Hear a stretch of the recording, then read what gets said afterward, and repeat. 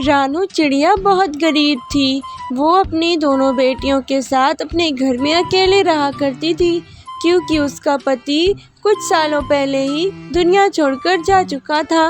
वो अपना घर चलाने के लिए दूसरे अमीर पक्षियों के यहाँ काम किया करती थी।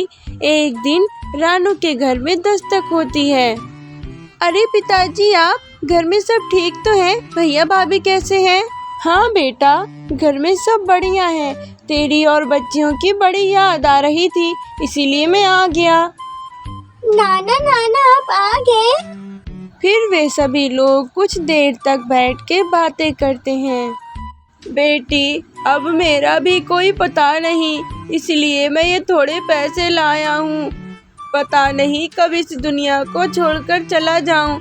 ले लो इन पैसों को और इन पैसों से अपनी बेटी की शादी कर दो। नहीं पिताजी, मुझे ये पैसे नहीं चाहिए, और वैसे भी अभी मेरी गुड़िया 15 साल की हुई है, मैं अभी उसकी शादी नहीं करूँगी। मेरी बेटी मेरे रहते शादी कर दे, वरना मेरे अलावा किसको पड़ी है तुम लोगों की?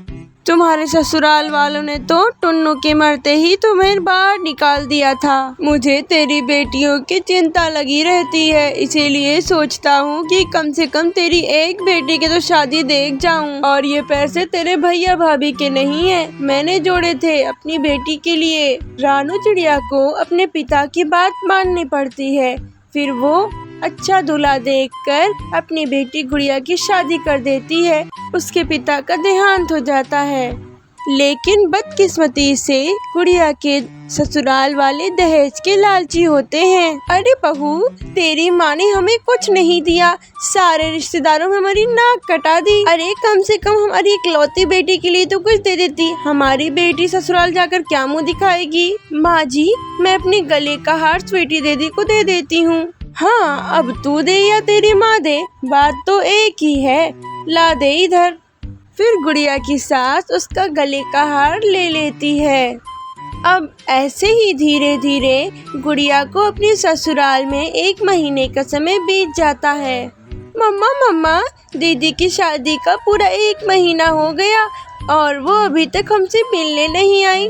क्यों ना हम दोनों ही उनके पास चले उनसे मिलने, वो हमें देखकर बहुत खुश होगी। मेरा भी दीदी से मिलने का बड़ा मन है। अरे नहीं नहीं बेटा, हम ऐसे उनके घर नहीं जा सकते। मैं मोंटू चिड़े को फ़ोन मिलाती हूँ और उन्हें यहीं बुलाती हूँ। हेलो मोंटू चिड़े, तुम ज़रा गुड़िया को घर ले आते। तुम दोनों की जब से शादी हुई है हमने उसे नहीं देखा है, उसकी याद आ रही है। मेरे घर में हजारों काम है, इसीलिए खुद ही ले जाओ इसे। ये कहकर मोंटू चिड़ा फ़ोन काट देता है। ये रवैया देखकर रानू चिड़िया बहुत हैरान थी। मम्मा मम्मा, क्या कहा उन्होंने? वो दीदी को लेकर कब आ रहे हैं? बेटा, मोंटू जी काम में व्यस्त है, हमें उनके घर ही जाना होगा। तुम जल्दी से तैयार हो जाओ। फिर वे दोनों गुड़िया के ससुराल उससे मिलने के लिए चली जाती हैं। रास्ते में रानू बहुत परेशान थी। वो मिठाइयाँ भी खरीदती है। पता नहीं मेरी गुड़िया कैसी होगी, अब तो उसको अपनी आंखों से देख लूँ तभी मुझे सुकून मिलेगा। क्या हुआ रानू चिड़िया, बेटी से मिलने जा रही हो, फिर भी खुश नहीं हो? सब ठीक तो है ना?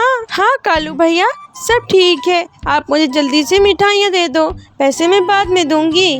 फिर वो जल्दी से मिठाइयाँ लेकर गुड़िया के ससुराल जाती है और गुड़िया की सास उन दोनों को देखकर टेढ़ा मेढ़ा मुंह बना लेती है। इतनी भी तमीज नहीं है, बेटी के ससुराल पहली बार आई हो, वो भी खाली हाथ। नहीं नहीं समधन जी, हम आपके लिए मिठाइयाँ लाए हैं। चुप कर जाओ गरीबों, तुम मेरे लिए ना तो एक साड़ी ला पाई और ना ही मेरे बेटे के लिए सफारी सूट। जब मैं अपनी बेटी के यहाँ जाती हूँ तो सबके लिए कपड़े लेकर जाती हूँ, और एक तुम हो सिर्फ मिठाइयाँ लेकर चली आई हो। हाय रे, मेरे बेटे के तो भाग फूट गए जो इन भिखमंगों से पाला पड़ गया। गुड़िया की सास ऐसे कहते हुए वहाँ से चली जाती है।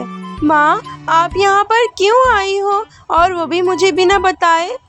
वो सब छोड़, ये बता तो यहाँ खुश तो है? मुझे दामाद जी का व्यवहार कुछ ठीक नहीं लगा।